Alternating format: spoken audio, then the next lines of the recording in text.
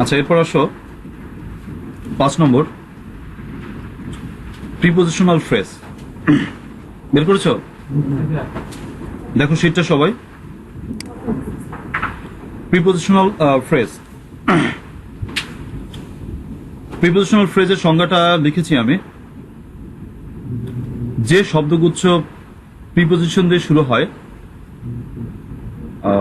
Preposition দিয়ে শুরু হয় এবং প্রিপোজিশনের মতো কাজ করে। শুরু হয় কথাটা খুবই মুখ্য কথা না, কথাটা হচ্ছে যে শব্দগুচ্ছ কার মতো কাজ করে, যে শব্দগুচ্ছ প্রিপোজিশনের মতো কাজ করে তাকে প্রিপোজিশনাল ফ্রেজ বলে। যেমন they live from hand to mouth, তারা দিন এনে দিন খায়। এখানে দেখো from hand to mouth, from hand to mouth, এই ফ্রম হ্যান্ড টু মাউথটা হচ্ছে কি prepositional phrase. He sat at home, sorry he is at home in English, সে হচ্ছে ইংরেজিতে দক্ষ। তাহলে অ্যাট হোম ইন এটা হচ্ছে কি বলো প্রিপোজিশনাল ফ্রেজ। আচ্ছা, এরপরে আসো হি স্টোল, সে চুরি করেছিল। ফর ওয়ান্ট অফ ফুড, কেন চুরি করেছিল? খাবারের অভাবে। For want of, for want অফটা হচ্ছে তোমার প্রিপোজিশনাল ফ্রেজ। আচ্ছা, ফর ওয়ান্ট অফ ফুড। তারপরে আছে দেয়ার ইজ এ গার্ডেন, একটা বাগান রয়েছে।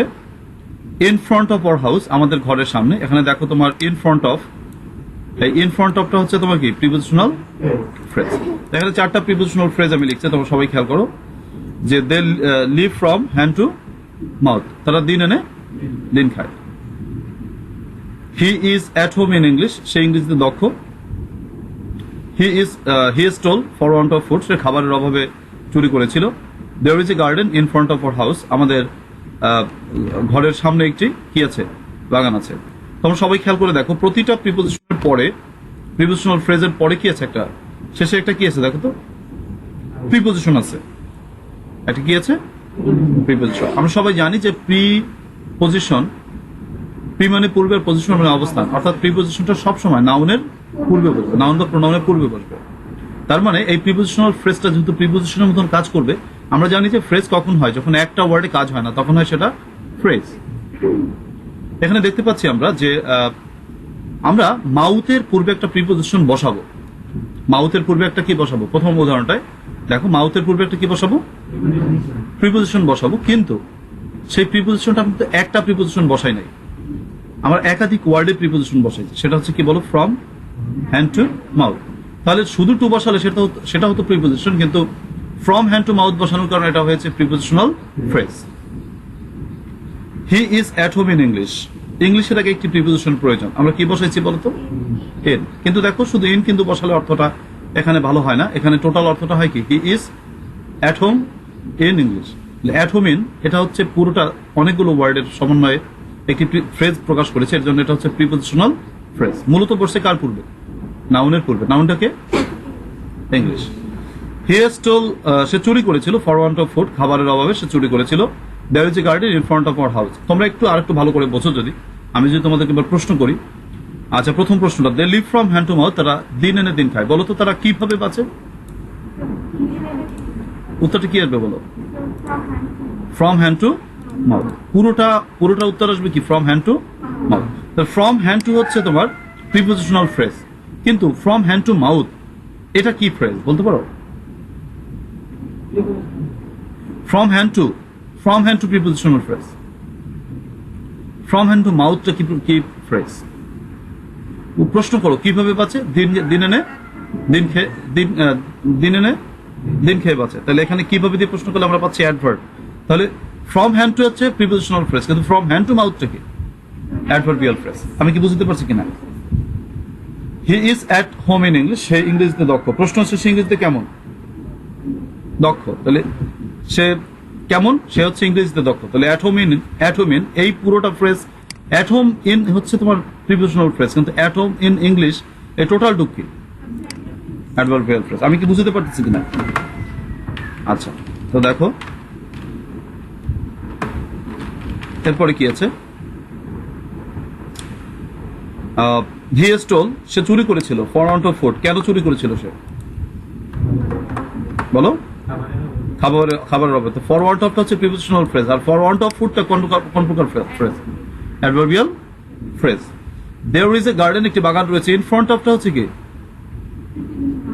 Prepositional phrase. কিন্তু in front of our house, এটা কি? Adverbial phrase. আশা করি বুঝতে পারছি আমি, তাই না? আচ্ছা, যাই দেখো, আমরা দেখতে পাচ্ছি যে প্রিপোজিশনাল ফ্রেজটা সহ যে নাউন থেকে ওই টোটালটুকু হচ্ছে তোমার অ্যাডভার্বিয়াল ফ্রেজ। আর যদি অ্যাডভার্বিয়াল ফ্রেজ হয়, বলো তো অ্যাডভার্ব কাকে মডিফাই করবে? ভার্বকে। তার মানে অ্যাডভার্ব হচ্ছে কার মডিফায়ার? ভার্বের মডিফায়ার। সো আমরা মনে রাখবো যে এই প্রিপোজিশনাল ফ্রেজ দিয়ে আমাদের যখন প্রশ্ন করবে তখন কিন্তু ব্র্যাকেটে বলবে যে প্রি অথবা post modify the verb with prepositional phrase. অর্থাৎ প্রিপোজিশনাল ফ্রেজ কাকে মডিফাই করবে? ভার্বকে মডিফাই করবে, রাইট? আমরা তিনটি বিগত সালের প্রশ্ন একটু দেখি সবাই, তোমাদের অ্যান্সার গুলো যদি লাগে দেখে নিতে পারো। প্রথমটা হচ্ছে দেখো, প্রিভিয়াস ইয়ার্স কোশ্চেন। আমরা যশোর বোর্ড 2016 সালের প্রশ্নটা একটু দেখি কি বলেছে। ইন শর্ট, সংক্ষেপে, if you do not have a good command of English, তোমার যদি ইংলিশে ভালো একটি দক্ষতা না থাকে, ইউ উইল সাফার, তুমি ভুগবে। দেখো, ইউ উইল সাফার, তুমি ভুগবে। আচ্ছা, dash of your life, dash of your life. আচ্ছা, এখানে বলছে পোস্ট মডিফাই দ্য ভার্ব। আচ্ছা, বলো ভার্বটাকে? সাফার। ভার্বটাকে বলো সাফার। তার মানে সাফার ভার্বকে কি বলছে? পোস্ট মডিফাই করতে বলেছে। আচ্ছা, আর তোমাকে শূন্যস্থানটা কি দিয়ে? উইথ প্রিপোজিশনাল ফ্রেজ অথবা অ্যাডভার্বিয়াল। প্রিপোজিশনাল ফ্রেজ অথবা অ্যাডভার্বিয়াল তুমি দিয়ে তুমি ভার্বটিকে পোস্ট মডিফাই করো। আমরা বোঝার জন্য একটু বিস্তারিত বলছি, তাহলে অর্থটা এবার মিলাও। ইন শর্ট, সংক্ষেপে, if you do not have a good command of English, তোমার যদি ইংলিশে ভালো দক্ষতা না থাকে, ইউ উইল সাফার, তোমাকে ভুগতে হবে। ড্যাশ অফ ইউর লাইফ, তোমার জীবনের প্রতিটা ক্ষেত্রে। তাহলে বলতে পারো, লেখো ইন এভরি, কি লেখা যায়? In every step, in every step of your life. মানে কি বলো? তোমার জীবনের প্রতিটা ক্ষেত্রে তোমাকে ভুগতে হবে। In every step of your life. তাহলে বলো এক দাগের উত্তরটা কি হতে যাচ্ছে? In every step of your লাইফটা ডান পাশে দেওয়া আছে। ওকে, তারপরে শূন্যস্থানটা দেখো কি বলেছে। দ্য বুকস ক্যাটার, বইগুলো শ্রেণীবদ্ধভাবে থাকে। টু দ্য নিডস অ্যান্ড ইন্টারেস্টস, প্রয়োজনীয়তা এবং রুচি মাফিক ড্যাশ। প্রিপোজিশনাল ফ্রেজ চেয়েছে, মানে বইগুলো একটা লাইব্রেরিতে থাকে, ক্যাটার করা। The needs and interest dash, অর্থাৎ আমরা এখানে বলবো পাঠকদের প্রয়োজনীয়তা এবং আগ্রহ অনুসারে। তাহলে কি বলা যায়? প্রিপোজিশন দিয়ে শুরু করবা। তাহলে কি বলো? The book cater to the needs and interest of the readers. Of the readers, আমরা কি বুঝতে পারছি? Prepositional phrase of the readers. তাহলে বাক্যটির পুরোটা অর্থ দাঁড়াচ্ছে the book cater to the needs and interest of the readers. দেখো অফ দিয়ে শুরু হয়েছে কিনা। আচ্ছা, এরপর আসো, তারপর কি আছে? দি আদার সেকশন কন্টেন বুকস, অন্য সেকশনে বই রয়েছে। প্রিপোজিশন দিয়ে একটি ফ্রেজ শুরু করো, মানে শুরু করো। উত্তরটা শুরু করবো কি দিয়ে? প্রিপোজিশন দিয়ে। আদার সেকশন কন্টেন্স বুক, অন্যান্য সেকশনে বই রয়েছে। কি বলা যায়? কিসের বই রয়েছে? অফ, না, সায়েন্স ফিকশন, বা বলতে পারো অফ, কি বলো? স্টোরিজ, গল্প বলা যেতে পারে। অফ স্টোরিজ, গল্পের বই রয়েছে। অথবা তুমি বলতে পারো অফ কিসের বই? সায়েন্স ফিকশন, সায়েন্স ফিকশনের বই রয়েছে, এরকম। তাহলে তিনটি শূন্যস্থান আমরা পূরণ করলাম। কি দিয়ে শুরু করেছি? দেখো, ইন দিয়ে শুরু করেছি প্রথমটা, দ্বিতীয়টা শুরু করেছি অফ দিয়ে, আর তৃতীয়টা অফ দিয়ে শুরু করেছি। তার মানে আমাদেরকে দেখা গেল প্রিপোজিশনাল ফ্রেজ যদি চাই তাহলে অবশ্যই আমাদেরকে প্রিপোজিশন দিয়ে শূন্যস্থানটি পূরণ করতে হবে। আচ্ছা, প্রিপোজিশনাল ফ্রেজ সম্পর্কে আর কোনো প্রশ্ন আছে তোমাদের? আচ্ছা, তাহলে আমরা তার পরবর্তীটা চলে যেতে পারি।